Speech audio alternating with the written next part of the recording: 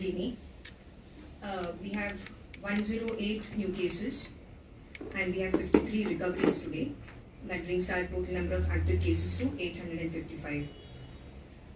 There were two unfortunate deaths yesterday after the media bulletin was issued.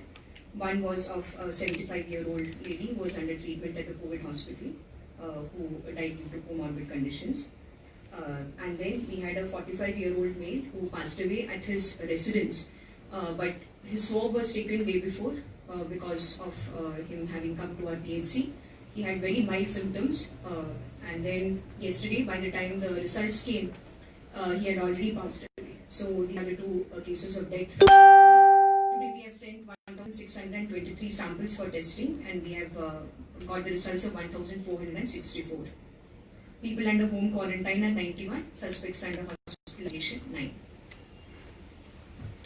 Hi, good evening. And so far, though most of the migrants have already who were willing, we have sent them as per the Supreme Court order.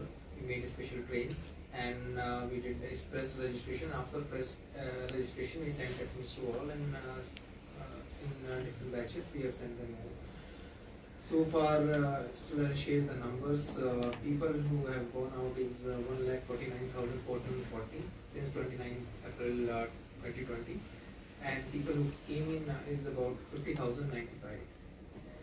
The cases booked for non-wearing of mask is 33,624, and cases booked for spitting on public places is 10,662.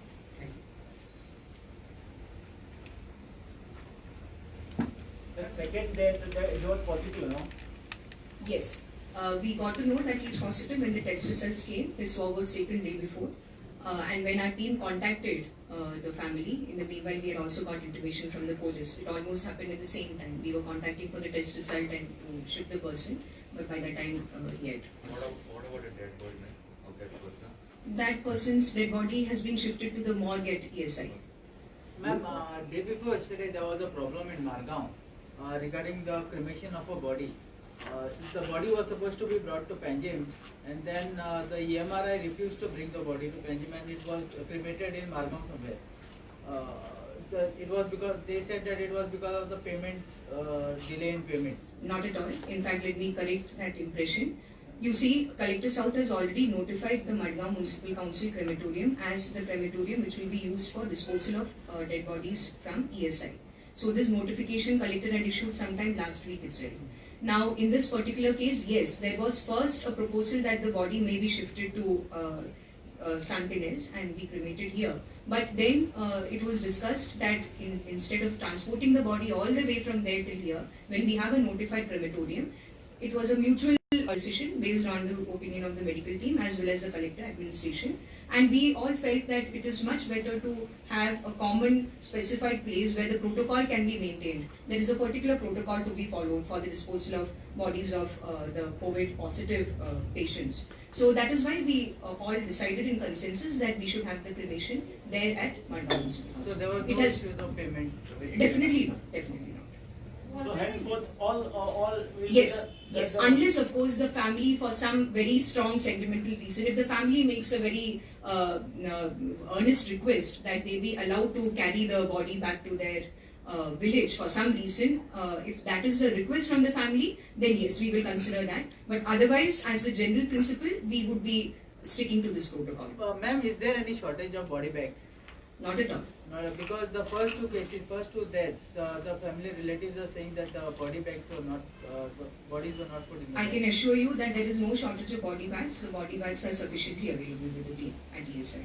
Was there a delay in picking up this person, 35-year-old man who died in No. Farod? No, because the moment we got his test result, his swab was taken day before. He came to our PHC with very mild fever. And so his swab was taken because he came with a symptom as such. His swab was taken, but it was not serious enough to admit him. It was just mild fever. His swab was taken, he returned back home.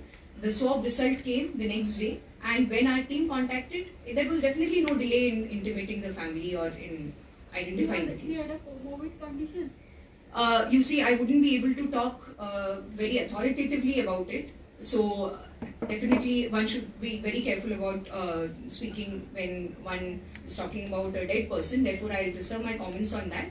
I've already told you that he had tested positive for COVID, and that he had just one previous day he had reported with very mild fever. Yeah, that is why very surprising that when young. Yes, it is a surprising case. We are also quite surprised by this entire course of events. But I've told you the course of events as they have happened, and I will not speculate because it is not fair to speculate in the case of a person who is no longer with us. Because there have been cases where the patients who have tested positive, they were asymptomatic, but there have been delay in picking up them, like hours of delay.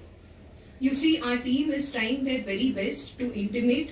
In picking up, there may be a slight delay because a day when we get quite a number of cases, but the information goes on time. We call up the family, we tell them, see, there is a positive case in your midst. Now, please take all precautions, we are coming to get you.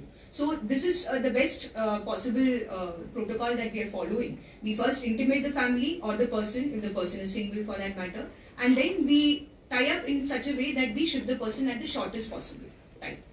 Are there enough ambulances?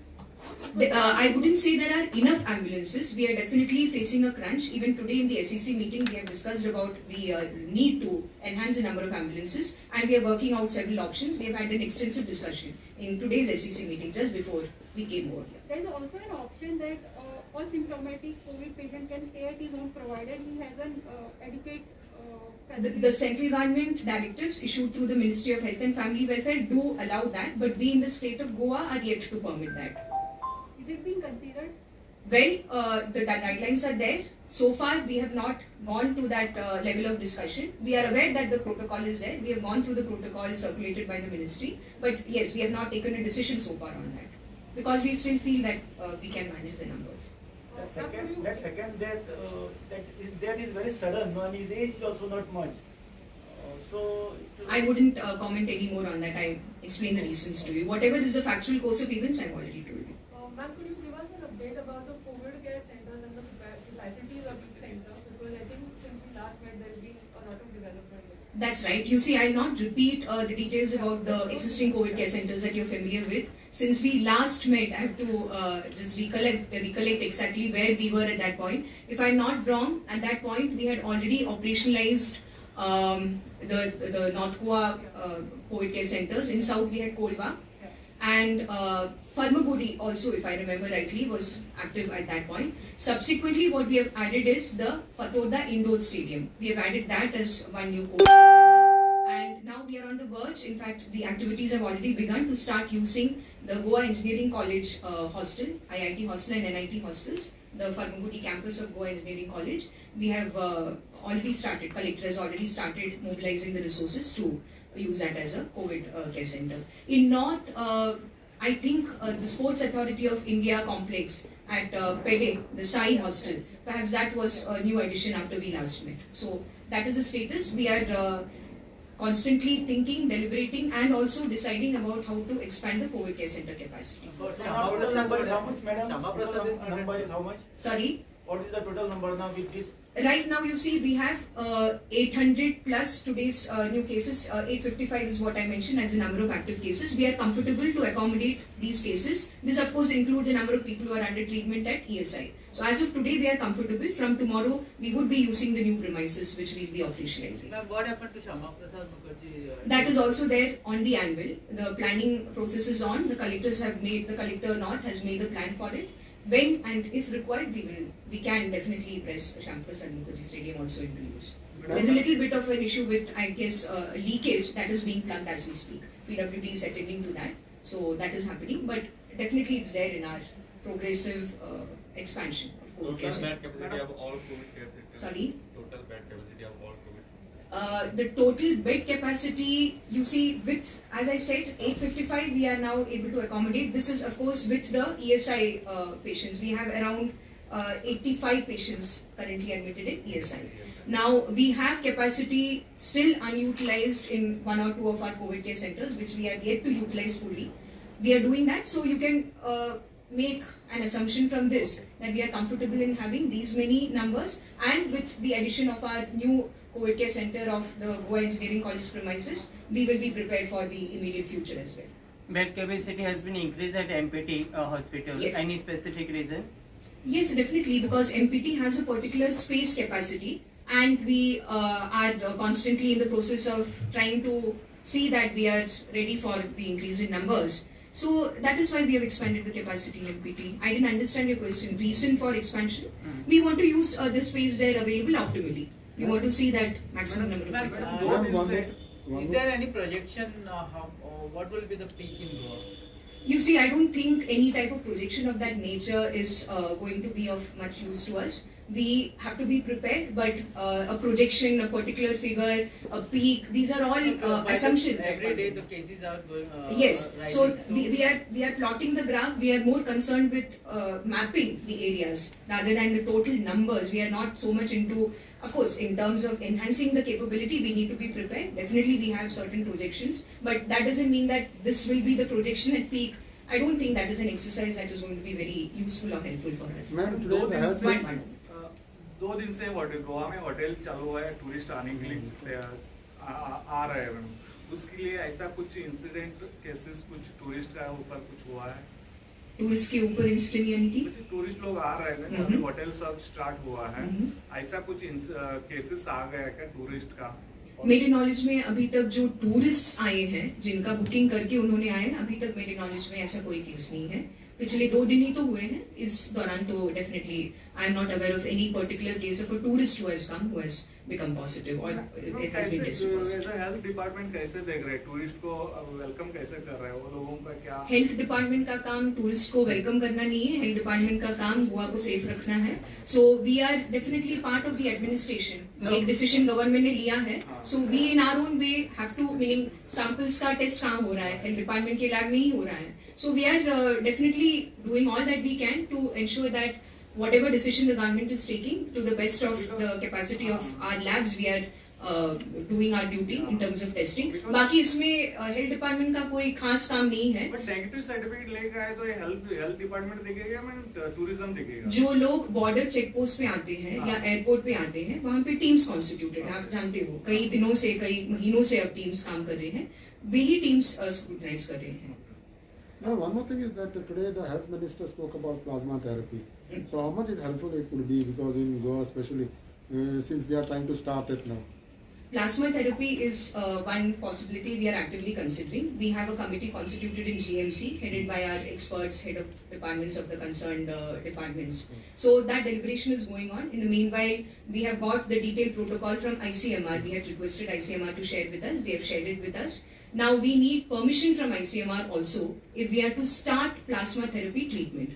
The moment we get the committee's report, we will go ahead with that as well. We will approach ICMR. We will tell them that we are also interested to be included as one of the states, one of the facilities where plasma therapy can be put to trial. Can it be sooner, or it takes time because you need permissions and everything? Well, permission is mandatory. ICMR permission is a prerequisite, but that doesn't mean that our preparations cannot happen. Both things can happen in tandem, and we will be following it upon priority. Ma'am, Dr. Edwin has been relieved yesterday for 3 weeks, I guess. That is part of the normal process of Yeah, rotation. but who has taken charge of the COVID hospital? You see, teams have been constituted by the Dean GMC.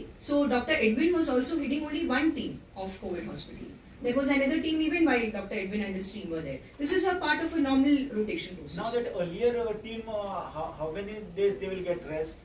The 21 days is a break given to Dr. Edwin, and the Dean has made out a chart. It's as per the normal hospital process, keeping in mind the guidelines of the ministry. So that has been issued by the Dean GMC in his capacity as the head of the department for GMC.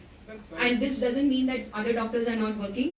Please let me reiterate here, there are doctors of DHS, there are doctors of ESI who are also constantly at work there in ESI hospital. So it's a combined effort. It's a team effort of GMC, DHS and ESI's own doctors. Ma'am, at present, what kind of kits are we using for preliminary tests, whether it is TrueNet or antigen? So far there is nothing, in Goa's scenario, there is nothing called a preliminary test now. Meaning we have the RT-PCR, you know that, we have the TrueNat test. TrueNat also confirmatory test is there. We have not yet started using antigen test kits, but we are actively considering that also. Ma'am, why discharging all symptomatic patients? Which policy you are using? We are using the discharge policy of the Ministry of Health and Family Welfare dated No. 8th of May. You you are going to test for that patient? The discharge policy of 8th of May. Please refer to it. I have already given all the details in previous press conferences. This is as per the Supreme Court, Honorable Supreme Court's order and a subsequent letter by the Union Health Secretary. You are all aware of it. The protocol is available on the website.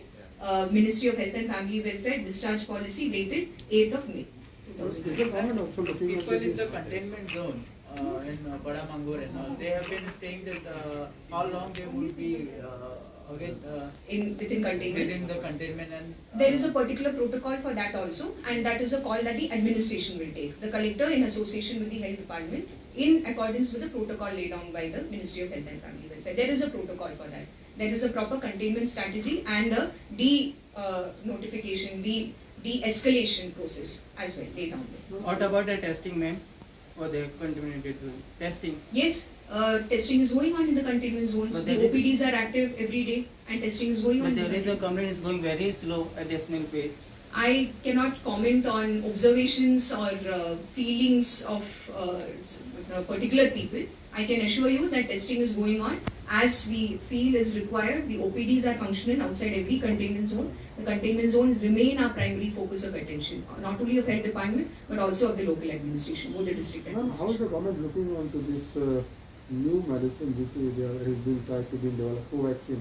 The vaccine, Yeah. it's not a medicine. No, Covaxin. Yes, that's all. you must have already got to know that there is one particular hospital in Goa, private hospital, Dr. Redkar's hospital to be specific, which has been included in the list of places where the trial will be conducted. So we are in touch with them. Yesterday only Director Health Services has had a word with the hospital. Anyways, they are being directly regulated and monitored by ICMR. So let the trials happen. I don't think this is the right time to comment on anything about it because it's a vaccine which is going into trial. We'll all get to know the details as and when shared by ICMR. Just because they are here in Goa, we don't have access to any specific input. All that is in the public domain as released by ICMR is what we also know. But we are in touch with the hospital to know whether we can be of any help in facilitating their coordination with ICMR, etc. All right? Ma'am, just one clarification in connection with the plasma therapy question. Yes.